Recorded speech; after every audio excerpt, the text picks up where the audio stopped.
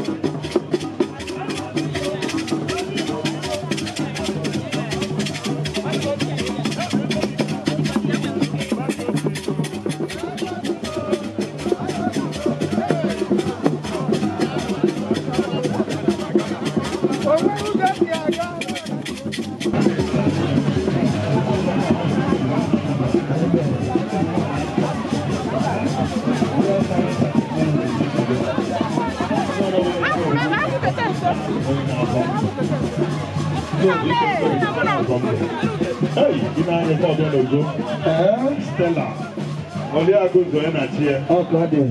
Why did you say now? Water. Order for the Boagalaga. Adelia, Sabin to Enachi. Because in there, who broke out the lock and then if it is.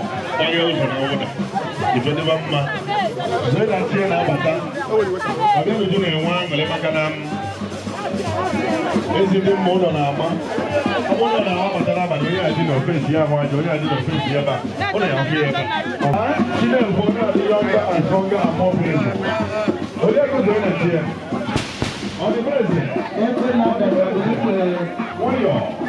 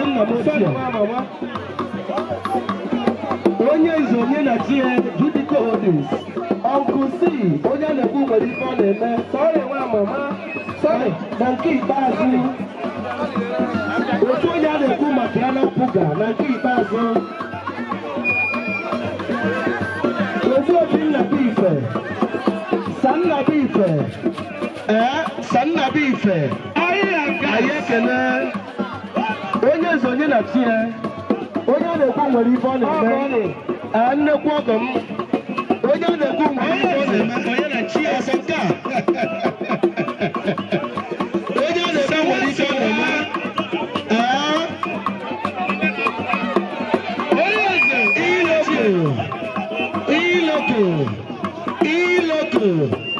iloko ezi nwa dị ala mụrụ n'obodo a iloko anyị ekele chairman amalgamated market worldwide anyị ekele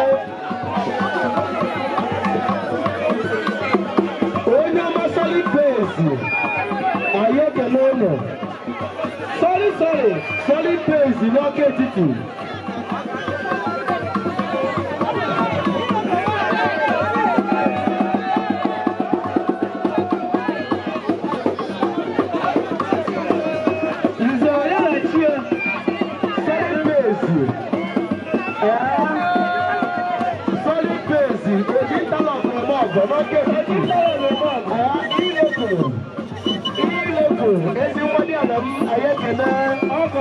Chairman of Amalgamated Market worldwide, Ayekele, Nnobi Werike, Southeast, Ayekele, Chairman of Amalgamated Market Southeast, Ayekele, Solid Base, n'ọka etiti, oji ntọrọpụ n'ọgọ, Ayekele,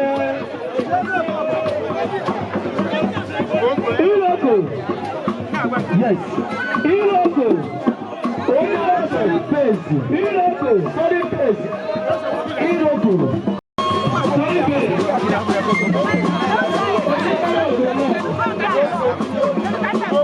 Because I will never say that she and Africa, I want to have a this year. I got another chief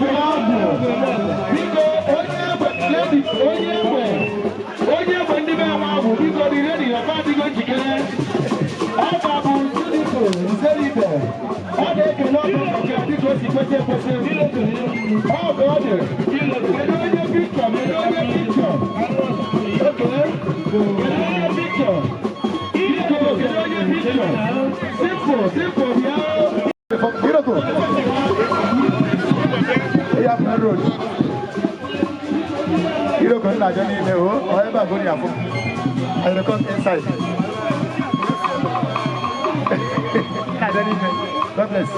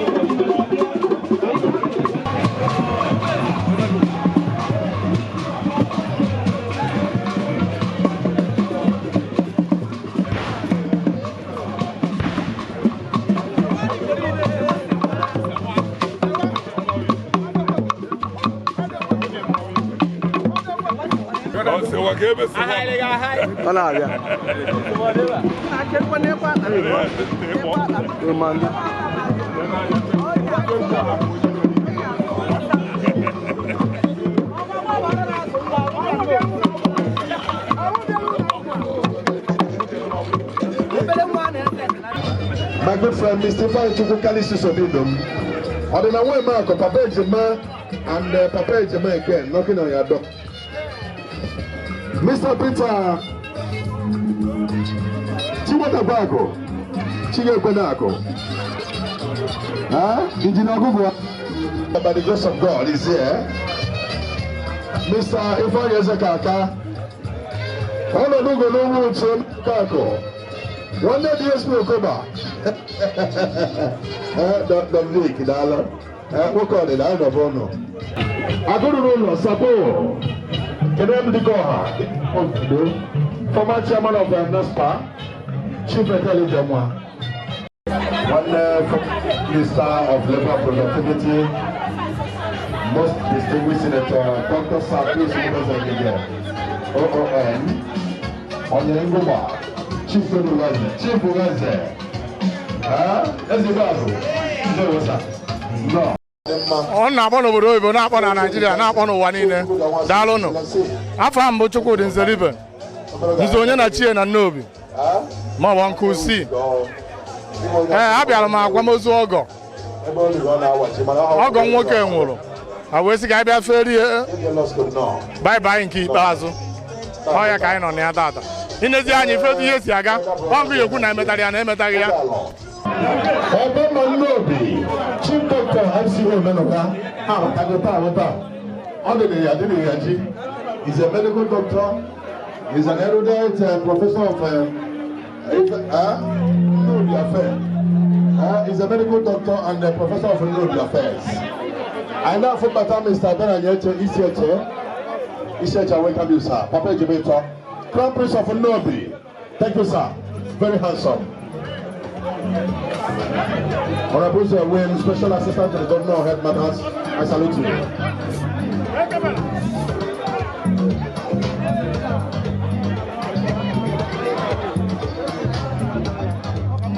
Mr. Aloy, Chief Obiano Mbajayako, former President of the Nnobi Welfare Association, I salute you, sir. There we are. Erudite Scholar, the time principal. Oji. You can't have a mistake. You might look at the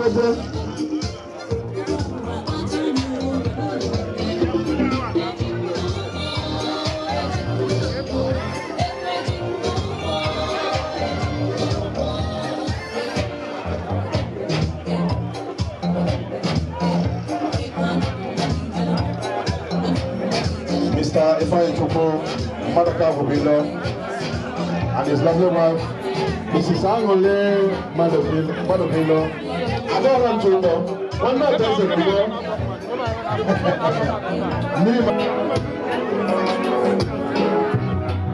And because I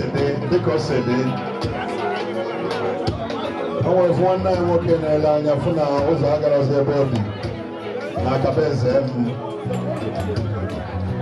Those addressing maybe Sabata, maybe Sapop, and Alcabezem. Family and Nova. It will be the middle of the South. Chief General Chairman, this is not Farms Limited, a flagship of a transformation group. Welcome, sir.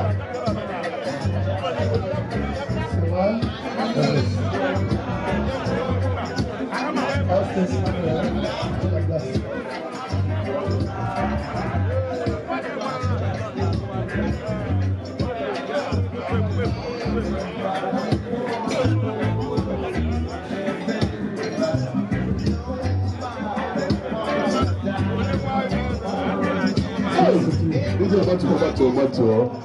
How will I put Subatano from H? Hey, from H. The political turbulence, political thunder, the political hiccup.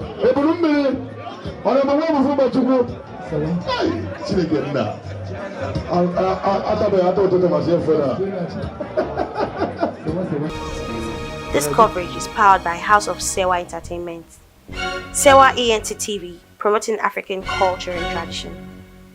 To watch more videos, visit, follow and subscribe to Sewa ENT TV on every social media platform.